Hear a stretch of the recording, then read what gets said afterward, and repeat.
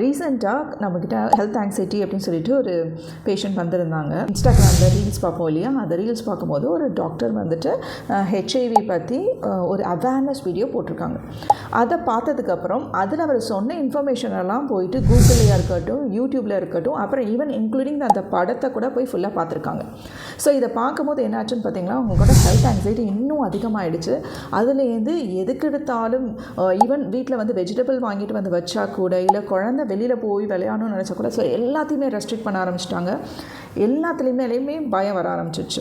நார்மலாகவே கோவிடுக்கு அப்புறம் நிறைய பேருக்கு ஹெல்த் ஆங்ஸைட்டின்றது ரொம்ப ரொம்ப அதிகமாக இருக்குது. பேண்டமிக் டைமில் கோ த்ரூ பண்ண நிறைய எமோஷ்னல் விஷயத்தினால, அந்த பயத்தினால நம்ம பிரெயின் ஃபைட் ஆர் ஃப்ளைட் ரெஸ்பான்ஸில் இருந்திருக்கும். அதுலேயே ஸ்ட்ரக் ஆனதுனால தான் நிறைய பேர் வந்து ஹெல்த் ஆங்ஸைட்டியில் இன்னுமே சஃபர் ஆகிட்டு இருக்கீங்க. இங்கே டாக்டர்ஸ் போடுறது எல்லாரும் போடுறது பார்த்தீங்க அப்படின்னா, இட்ஸ் ஒரு அவேர்னஸ் வீடியோ. எதுக்கு அப்படின்னா, அதை பற்றி நீங்கள் தெரிஞ்சுக்கணும், நீங்கள் பாதுகாப்பாக இருக்கணும் அப்படின்ற இன்டென்ஷனுக்காக தான். நீங்கள் தான் அதை எந்த அளவுக்கு எடுத்துக்கணும், எந்த அளவுக்கு பவுண்ட்ரி செட் பண்ணிக்கணுன்றதை நீங்கள் தான் தெரிஞ்சுக்கணும். அதை ஓவர் இன்டல்ஜ் பண்ணாமல், அதில் அதிகமாக மூழ்கி உங்களை இன்னும் ஆங்ஸைட்டிக்குள்ளே போட்டுக்காமல் ஒரு ப்ரிவென்டிவ் மெஷராக எடுத்துக்கிட்டீங்க அப்படின்னு சொல்லி சொன்னால் ரொம்பவே ஹெல்ப்ஃபுல்லாக இருக்கும். Take care.